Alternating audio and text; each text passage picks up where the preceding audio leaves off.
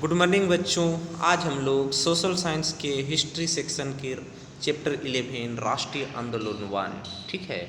राष्ट्रीय आंदोलन को दो भागों में बांटा गया था, ठीक है। एक राष्ट्रीय आंदोलन 1, दूसरा राष्ट्रीय आंदोलन 2, ठीक है। तो राष्ट्रीय आंदोलन 1 जो 1885 से लेकर 1918 तक चला था। दूसरा राष्ट्रीय आंदोलन 2 1919 से लेकर 1947 तक चला था, ठीक है। तो देखते हैं कि हमारे राष्ट्रीय आंदोलन में क्या क्या सी घटना हुई थी। तो यहाँ पर जो हम लोग का दिया हुआ सबसे पहले कि 1885 से 1918, तो याद रखोगे ये जो 1885 का डेट है, भारतीय राष्ट्रीय कांग्रेस जो आज हम लोग का कांग्रेस पार्टी के नाम से प्रसिद्ध है, उस समय सबसे पहले भारतीय राष्ट्रीय कांग्रेस की स्थापना कब हुई थी? 1885 ईस्वी में, ठीक है। वो किसके द्वारा किया गया था? A.O. ह्यूम, जिसका पूरा नाम है एलन ऑक्टेवियम ह्यूम, ठीक है। तो भारतीय राष्ट्रीय जो कांग्रेस की स्थापना सबसे पहले किसके द्वारा की गई थी? A.O. ह्यूम, ठीक है। एलन ऑक्टेवियम ह्यूम, ठीक है, जो अंग्रेज थे उसके द्वारा किया गया था। कब? 1885 को, ठीक है। उसके बाद ये 1918 तक चला। इसके बाद इसको हम लोग राष्ट्रीय आंदोलन 1 नाम दिए, ठीक है। उसके बाद राष्ट्रीय आंदोलन 2 1919 से स्टार्ट होके 1947 तक चला। फिर 15 अगस्त 1947 को हमारा देश आज़ाद हुआ, ठीक है। तो यहाँ पर याद रखने योग्य बातों में हम लोग मुख्य रूप से देखना चाहते हैं वर्नाकुलर प्रेस एक्ट, ठीक है। तो सिंपल सी बात है कि वर्नाकुलर का अर्थ होता है देसी, ठीक है, यानी अपने देश के, ठीक है। वर्नाकुलर का अर्थ क्या होता है? देसी। और वर्नाकुलर प्रेस एक्ट का मतलब होता था कि उस समय कब? 1885 से 1918 के बीच जो भी हमारे देश में देसी भाषाओं से मासिक पत्रिका, समाचार पत्र, पत्रिकाएं जो भी निकलते थे उसका रोक लगाना।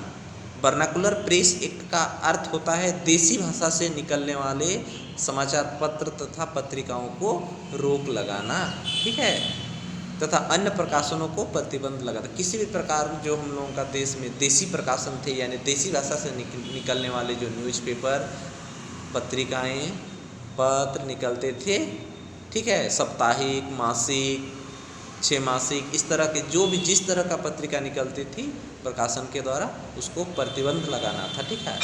यही है वर्नाकुलर प्रेस एक्ट। हमारे देसी समाचार पत्रिकाओं, पत्र पत्रिकाओं का प्रेस को रोक लगाना, बंद करना ही वर्नाकुलर प्रेस एक्ट जो अंग्रेज़ों के द्वारा बनाया गया था, ठीक है। किसके द्वारा बनाया गया था? अंग्रेज़ों के द्वारा बनाया गया था। क्या? Vernacular press act. उसका मुख्य उद्देश्य था कि भारतीय भाषा यानी देसी भाषाओं से निकलने वाले सभी समाचार पत्र पत्रिकाओं को बंद करना, ठीक है, प्रतिबंध लगाना। इसका उद्देश्य तथा राष्ट्रवाद की लहर को रोकना। और जिस तरह से पेपर पत्रिका के माध्यम से हमारा देश में जो हमारे राष्ट्रीयता को देखते हुए हमारे देश के नागरिक क्या करते थे? अंग्रेज़ों के खिलाफ जो लड़ाई लड़ते थे उसका ये प्रमुख उद्देश्य था कि हमारे देश में जो राष्ट्रवाद था, यानी राष्ट्रवाद का अर्थ क्या होता है? राष्ट्रभक्ति। राष्ट्र के लिए जो भक्ति दिखाते हैं, हम अपने देश के होने के नाते हमें कुछ करना चाहिए, इस तरह से हम जो है ना सोच लाते हैं। ये कैसे लाते थे? डेली का समाचार पत्र पत्रिकाओं तथा मासिक पत्र के माध्यम से हम करते थे। तो उसका प्रमुख उद्देश्य था कि राष्ट्रवाद की लहर को रोकना, यानी हमारे देश के प्रति जो भी यहाँ के नागरिक क्या करते थे, देशभक्ति दिखाते थे, उसको रोकना और यहाँ के संपूर्ण पत्र पत्रिकाओं को रोक लगाना, प्रतिबंध लगाना, ये उसका प्रमुख उद्देश्य था वर्नाकुलर प्रेस एक्ट, ठीक है। और उसके देखो एक निकला है, उसी समय निकला था वर्नाकुलर प्रेस एक्ट के साथ ही आर्म्स एक्ट, हथियार रखने संबंधी प्रतिबंध, ठीक है। तो वर्नाकुलर प्रेस एक्ट से पत्र पत्रिकाओं का प्रतिबंध लगाना तथा राष्ट्रवाद को रोकना उसका अर्थ होता है। और आर्म्स एक्ट का अर्थ होता है जितने भी हम लोग के देश के नागरिक क्या हथियार रखते थे, ठीक है, उसको रोक लगाना, ठीक है, यानी हथियार भी आप नहीं रख सकते हैं, ठीक है। इस तरह से जो प्रमुख एक्ट वर्नाकुलर प्रेस एक्ट और दूसरा है आर्म्स एक्ट, ठीक है। ये दोनों को किसके द्वारा बनाया गया था? अंग्रेजों के द्वारा बनाया गया था, ठीक है। अब देखो हम लोग पढ़ेंगे यहाँ पर जो एक वर्ड आया था हम लोग का, किसमें? याद रखने योग्य बातों में इसका उद्देश्य था राष्ट्रवाद। तो राष्ट्रवाद का अर्थ होता है राष्ट्रभक्ति, ठीक है, याद रखोगे। राष्ट्रवाद का अर्थ होता है अपने देश के प्रति भक्ति दिखाना, राष्ट्रभक्ति उसी को कहते हैं, ठीक है। इस भावना ने एशिया एवं अफ्रीका के अनेक देशों में लोगों को विदेशी शासन के विरुद्ध संघर्ष करने के लिए प्रेरित किया। ये राष्ट्रभक्ति के माध्यम से, यानी राष्ट्रवाद के माध्यम से, ठीक है। उस समय किस दौर में, 1885 से 1918 तक के दौर में सबसे ज़्यादा जो ये गुलाम थे अंग्रेज़ों के, यानी जो विदेशी शासन से गुलाम थे, वो भारत, उसमें से प्रमुख बड़ा देशों में भारत था, पाकिस्तान तो खैर मिला हुआ था भारत में ही, फिर अफ्रीका के बहुत सारे देश अंग्रेज़ों के गुलाम था। तो ये राष्ट्रवाद के थ्रू, यानी राष्ट्रभक्ति के थ्रू वो अपने विरुद्ध, यानी अंग्रेज़ों के विरुद्ध वो लोग क्या करते थे, अपने जो देश में शासन वो लोग दमनपूर्वक करता था, उसके विरुद्ध वो लड़ने के लिए प्रेरित होते थे, ठीक है। उस समय राष्ट्र भावना, यानी राष्ट्रभक्त भावना की कारण ही एशिया के और बहुत सारे देश थे जो अंग्रेज़ों के गुलाम थे, उसमें से भारत प्रमुख था, ठीक है, बड़ा देश था, ठीक है। और इस पर क्योंकि यहाँ पर तरह तरह के खनिज संपदा से लेके स्वर्ण मुद्रा से लेके हर चीज़, यहाँ का धन दौलत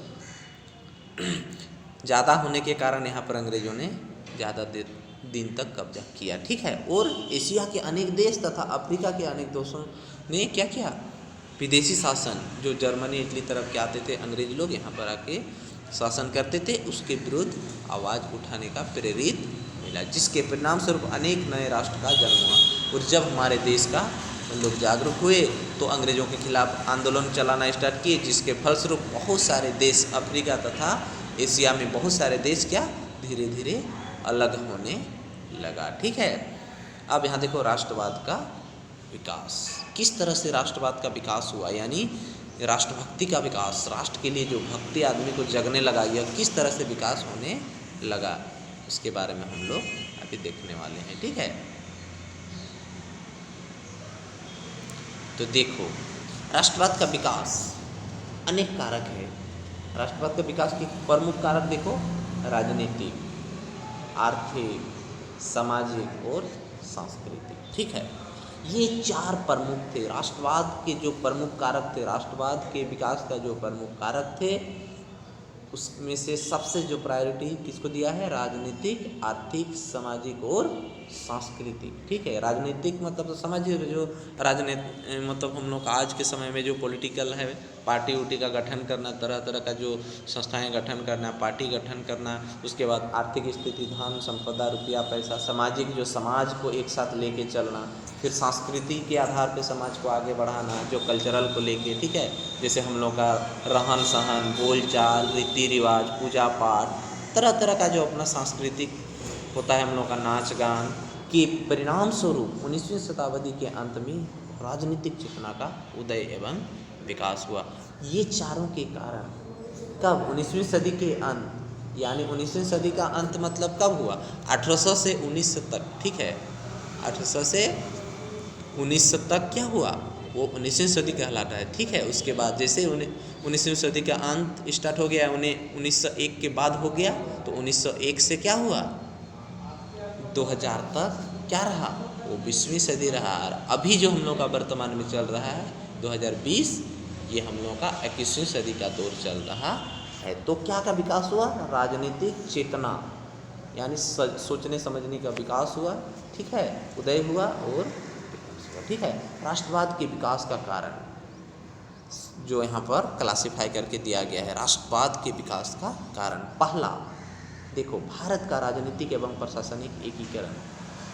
राष्ट्रवाद के विकास, राष्ट्रवाद का अर्थ तो तुम लोग समझ ही गए होंगे कि राष्ट्रभक्ति, यानी राष्ट्र के लिए जो अपना भक्ति दिखाना होता है, अपने प्यार जताना होता है, यही राष्ट्रभक्ति कहलाता है। अपने देश के लिए मर मिटने के लिए तैयार होना, ये राष्ट्रभक्ति कहलाता है, ठीक है। आज भी राष्ट्रभक्ति सबसे ज़्यादा देखने मिलती है तो ये सैन्य विभाग में, ठीक है, डिफेंस लाइन में देखने को मिलता है, ठीक है। तो उस समय इससे भी ज़्यादा देशभक्ति थी।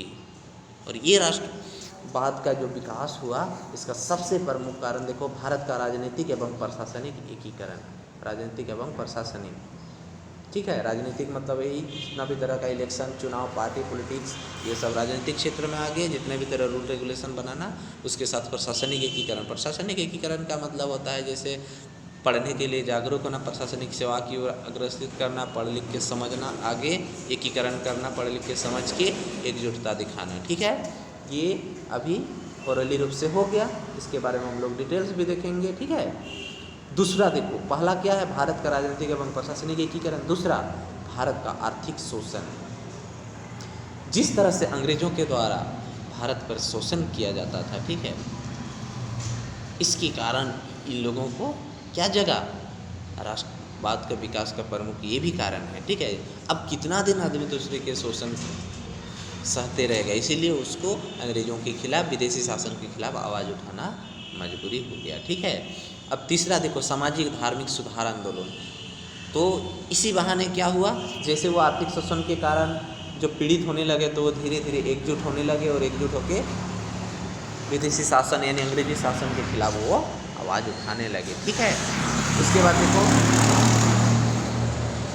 सामाजिक धार्मिक सुधार आंदोलन। हमारे देश में विभिन्न प्रकार का जो उस समय के कुरीति रिवाज थे, रीति रिवाज कुरीति थे, उससे ऊपर उठ के समाज, हम मनुष्य होने के नाते हम लोग एक सामाजिक प्राणी हैं, उसको लेके तथा हमारे धार्मिक सुधार आंदोलन, जो हम लोग धर्म के नाम पे लड़ते थे, हम लोग अपने ही देश, ये जो समझ नहीं पाते थे हम लोग, पढ़ा लिखा कम होने के कारण, ठीक है, हमारे देश के लोग, जिसके कारण क्या किया, कुछ यूनिक व्यक्ति थे, प्रमुख रूप से समाज सुधारिक आंदोलन में से महात्मा गांधी थे, विवेकानंद थे, दयानंद सरस्वती, ठीक है, राजा राम मोहन राय, केशव चंद्र सेन, डॉक्टर भीमराव अंबेडकर, ऐसे बहुत सारे, ज्योतिबा फूले, ठीक है, ये बहुत सारे जो हम लोग धार्मिक सुधार आंदोलन चलाने वाले थे, तो ये किया, हमारे देश के सभी लोगों को एकजुटता करने का प्रमुख काम किया। ठीक है, उसके बाद पश्चिमी शिक्षा का प्रभाव। तो देखो, हमारे देश में जो देसी शिक्षा गुरुकुल वाला प्रथा थी, तो अंग्रेजों ने आके मैकाले का जो शिक्षा नीति यहाँ पर लागू किया। पश्चिमी शिक्षा मतलब पश्चिमी देश जो Germany, Italy, France, England, Britain, जो भी देश थे उधर का, पुर्तगाल, यहाँ आके शासन करते थे, तो अंग्रेज यहाँ पर आया और मैकाले का शिक्षा नीति को लागू किया। और पश्चिमी शिक्षा का जो प्रभाव, तो यहाँ पर बहुत तरह तरह का स्कूल कॉलेज खोलने लगा, और वो स्कूल कॉलेज के माध्यम से उसको पढ़ाई के माध्यम से, सुविधा के माध्यम से अपनी ओर करने लगा। तो वो क्या करते थे, और वो अपने अंग्रेजी भाषा को प्राथमिकता देते थे। तो इसी तरह से क्या करते थे, उस सब ये में कॉलेज स्कूल में क्या करते थे, कुछ भारतीय भी पढ़ते थे। ठीक है, उसके बाद जैसे पढ़ लिख के वो समझने लगे, तो उसके पता चला कि किस तरह से राष्ट्रवाद विकास हुआ, यानी वो लोग को समझ में आ गया कि अंग्रेज यहाँ पर स्कूल खोल के पढ़ा रहा है और वो लोग दमनपूर्वक यहाँ पर शासन कर रहा है, और हम लोगों के देश का सभी प्रकार की धन संपत्ति को आगे लेके जा रहा है। तो पश्चिमी शिक्षा के माध्यम से ही वो अपना शिक्षा ग्रहण करने लगे, सोचने समझने की क्षमता बढ़ने लगी। तो अब वो उसको समझ में आया कि ये विदेशों से आए हैं और हमारे देश में शासन कर रहे हैं, शोषण कर रहे हैं, और इसीलिए वो धीरे धीरे क्या, अपना देश के लिए लड़ने के लिए वो अपने आप में प्रेरित होने लगे। तो कहीं ना कहीं पश्चिमी शिक्षा का प्रभाव आज भी हमारे कहीं ना कहीं क्या, अभी भी 80% मैकाले का शिक्षा नीति हमारे देश में चलती है। तो इसी के प्रभाव, पढ़ लिख के आदमी जागरूक होना, समझने के बाद वो अपने देशभक्ति की ओर विकास कारण, तो ये बहुत सारे कारण हैं। फिर देखो, और क्या, पांचवा में है समाचार पत्रों, पत्रिकाओं एवं राष्ट्रीय साहित्य की भूमिका। ठीक है, और उसके बाद बीच मतलब हम लोग जानते थे कि जो समाचार पत्र निकलते थे, पत्रिकाएं निकलते थे, मासिक, साप्ताहिक, त्रैमासिक, ठीक है, 6 मासिक, उसके बाद राष्ट्रीय साहित्य की भूमिका। ठीक है, हमारे देश में जो बहुत प्रकार के साहित्य थे, ये सभी को पढ़ने के बाद उन लोगों को अपने देश के प्रति कुछ करने की मतलब ललक आई। ठीक है, चेष्टा की, उन लोगों को मतलब प्रेरणा मिला। ठीक है, उसके बाद देखो लॉर्ड लिटन की दमनात्मक नीतियाँ। तो लॉर्ड लिटन जो एक अंग्रेज शासक थे, वो भारतीयों पर बहुत सारे दमनकारी नीति ये यहाँ मतलब लागू किए। ठीक है, जिसके कारण वो जब ये बर्दाश्त नहीं कर पाए, अपने आप में सहन करने नहीं पाए, इतने सारे दमन किया जाता था, शोषण किया जाता था, ठीक है, प्रताड़ित किया जाता था, जिसके कारण उसको मजबूरन उसके खिलाफ आवाज़ें उठाना पड़ा, और हमारे देश के जो जितने सारे आम जनता नागरिक थे उसको एकजुटता होकर अंग्रेजी के खिलाफ लड़ना पड़ा। ठीक है, उसके बाद देखो इल्बर्ट बिल विवाद। इल्बर्ट एक अंग्रेज और भारतीयों के बीच में एक बिल बना था। ठीक है, उसमें एक समझौता होनी थी, उसमें जो कुछ एग्रीमेंट के थ्रू जो भारतीय और उनके बीच में क्या हुआ, विवाद उत्पन्न, सहमति नहीं बना। इसके कारण भी वो विवाद जब पास नहीं हुआ तो उन लोगों को जब विवाद ये बिल जब पढ़ा तो उसमें जाना कि हमें हमारे देश के लिए ये हित नहीं है, हमारे हित के लिए नहीं है, इसीलिए उसने साइन करना मना कर दिया और इसके खिलाफ वो आवाज़ उठाने लगे। तो ये इल्बर्ट बिल विवाद, तो इतने सारे देखो 7 प्रमुख कारण थे। ठीक है, अब देखो पहला पॉइंट में जो हम लोग पढ़ने वाले हैं अभी, क्या, भारत का राजनीतिक एवं प्रशासनिक एकीकरण। ठीक है, प्रशासनिक एकीकरण। अब देखो जो पहला पॉइंट हम लोग देखे थे उसका, संपूर्ण भारत ब्रिटिश सरकार के अधीन हो जाने से। तो हम जान ही रहे हैं कि संपूर्ण भारत उस समय क्या, अंग्रेज़ों के गुलाम थे, अंग्रेज़ों के अधीन हो जाने से हमारे लोगों की राजनीतिक एकता का नई अनुभूति हुई। ठीक है, तो इन लोगों को धीरे धीरे पता चला कि पूरा भारत जब अंग्रेज़ों के अधीन थे, गुलाम थे, तो इन लोगों को बाद में पता चला कि राजनीतिक एकता की एक नई अनुभूति हुई। तो हमें कुछ गठन करना चाहिए, हमें राजनीतिक कदम उठाना चाहिए। क्यों?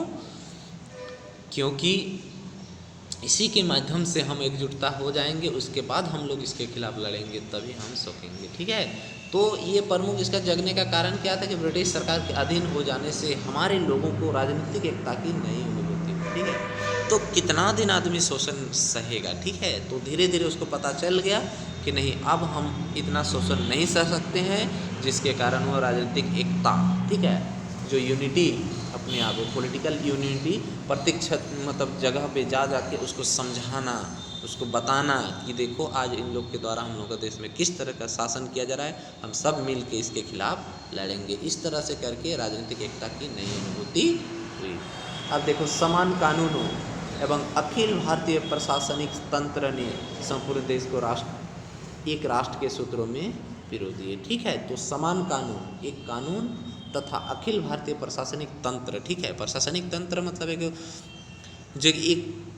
ये संस्था का जो गठन हुआ, ठीक है, जिसका नाम था अखिल भारतीय प्रशासनिक तंत्र, जो आज भी हम लोग प्रशासनिक सेवा के रूप में जो हायर पोस्ट होते थे, तो उस समय भी क्या थे, अखिल भारतीय प्रशासनिक तंत्र ने संपूर्ण देश को एक राष्ट्र सूत्रों में पिरो दिया। मतलब पिरोना मतलब उसको यूनिटी बना दिया। ठीक है, जैसे पिरो का अर्थ होता है उसको एकजुट करना। जैसे हम लोग माला में मोतियों को सभी को एक जगह एक धागा से पिरो देते हैं, उसी तरह से वह एक धागा में बांधने का काम किया। किसने? अखिल भारतीय प्रशासनिक तंत्र ने। समान कानून, जो equal law and Akhil Bharatiya प्रशासनिक तंत्र ने संपूर्ण देश के लोगों को एक धागा में बांधने का प्रयास किया, और सबका प्रमुख उद्देश्य था कि विदेशी शासन को हटाओ। ठीक है, अंग्रेज़ों भागो, अंग्रेज़ों भारत छोड़ो, इस तरह से अपने तरह तरह का नारा तैयार किए।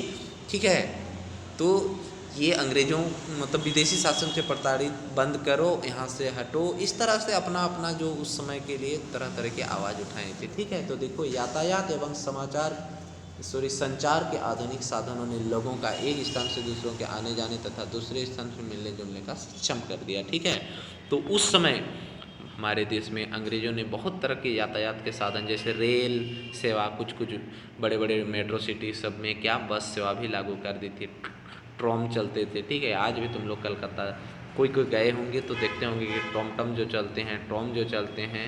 ठीक है, तो उस समय भी क्या किया था, यातायात एवं संचार। ठीक है, उस समय भी टेलीफोन सेवा, ऐसे कुछ सेवाएं विकसित होने के कारण आदमी यातायात एवं संचार के आधुनिक साधनों ने लोगों को एक स्थान से दूसरे स्थान पर आने जाने तथा एक दूसरे से मिलने जुलने के लिए सक्षम कर दिया। तो आदमी क्या करता था, ट्रेन के माध्यम से एक जगह से दूसरे जगह आसानी के साथ चला जाता था।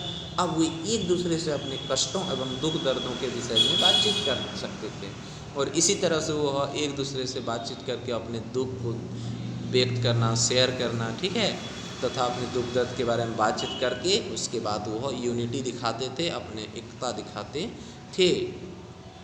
देश के विभिन्न भागों में रहने वाले शिक्षित भारतीय, ठीक है, तो हमारे देश के जो विभिन्न भागों में जो कुछ पढ़े लिखे शिक्षित व्यक्ति थे, जो एक दूसरे को जान सकते थे, ठीक है, और वही सब के आवागमन की सुविधा, टेलीफोन सुविधा होने के कारण वो एक दूसरे को जानने लगे, समझने लगे थे एवं राष्ट्रीय मुद्दों पर बातचीत कर सकते थे, और इसी तरह से वो राष्ट्रीय मुद्दे पर बातचीत भी करते थे ठीक है, और उस लोग प्लान बनाते थे कि हमें आगे क्या करनी चाहिए, ठीक है।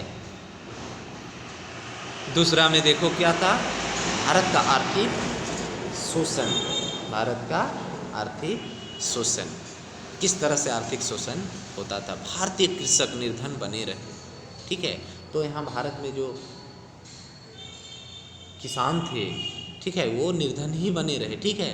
उनकी ऋणग्रस्तता निरंतर बढ़ती जा रही थी, ठीक है। तो तुम लोग पढ़े होंगे कि उस समय जितने भी तरह की खेती होती थी, कपास की खेती होती थी, नील की खेती होती थी, तो उससे क्या होता था, सभी नील को अंग्रेज अपना देश ब्रिटेन लेके जाते थे, ठीक है। और क्या करते थे, टैक्स के तौर पे अंग्रेज क्या करते थे, हमारे किसान लोगों को ऋण के तौर पे देते थे, और उसके ऋण चुकाने के लिए भी उसमें क्या करते थे, जितने ऋण चुकाने का मौका भी नहीं देते थे, ठीक है। जितना उन लोग खेती करते थे उसका आधा से ज़्यादा उसका अंग्रेज ले जाते थे, और फिर उन लोग को जो भी पैसा ऋण अंग्रेज़ों के द्वारा दिया जाता था, खेती एक तरह का क्या था कि वो ऋण के माध्यम से उन लोगों को खेती करवाते थे। यहाँ गरीब होने के कारण अपना धन संपत्ति पूंजी नहीं लगा पाते थे, और वो क्या करते थे, सबसे पहले ऋण लेते थे, ठीक है। उसके बाद जो खेती में प्रोडक्शन उत्पादन होता वो सब अपने कच्चे माल को अपने देश ले जाते थे, और वहाँ से तरह तरह का प्रोडक्शन जो उत्पाद कर जो वस्तुएं बनती थी वो बना के फिर से लाके भारत में बेचना। और इस तरह से भारतीय किसान क्या करते थे, अपना ऋण भी नहीं चुका पाते थे, और निरंतर उनकी ऋणग्रस्तता बढ़ती जा रही थी। शिक्षित युवकों में सरकार के प्रति असंतोष निरंतर बढ़ रहा था, ठीक है। तो जितने भी शिक्षित युवक थे हमारे देश में, ठीक है, उन लोगों का सरकार के प्रति असंतोष, ठीक है, सरकार पर इस तरह का नीति पर वो संतोष नहीं दिख रहे थे, और कि क्या असंतोष लगातार बढ़ते जा रहे। भारत की संपदा विभिन्न तरीक़ा से इंग्लैंड को भेजी जा रही थी, तो हम जानते थे, ठीक है। आज हम लोग हिस्ट्री के माध्यम से ये बात जान रहे हैं कि जो भी हम लोगों का देश में जो संसाधन थे यहाँ के, ठीक है, सभी प्रकार के जो धन संपदा था वो विभिन्न तरीक़ों से क्या इंग्लैंड भेजी जा रही थी, और इससे विरुद्ध भारतीयों के अत्यधिक आक्रोश था, ठीक है। इसी के कारण वो आर्थिक शोषण का शिकार हुआ और शोषण होने लगे, जिसके कारण वह राष्ट्रवाद का जो विकास हो गया, ठीक है। तो इस तरह से हम लोग देखें कि इस तरह का जो शोषण होने के कारण जो राष्ट्रवाद का विकास अपने आप में जगने लगा। सबसे पहले जो पढ़े लिखे शिक्षित युवक ये क्या किए, सभी भारतीयों को एकजुट करने लगे और उन लोगों के खिलाफ आंदोलन करने का निर्णय लिया। तो आगे हम लोग तीसरा जो राष्ट्रवाद का तीसरा कारण से स्टार्ट करेंगे कल, ठीक है।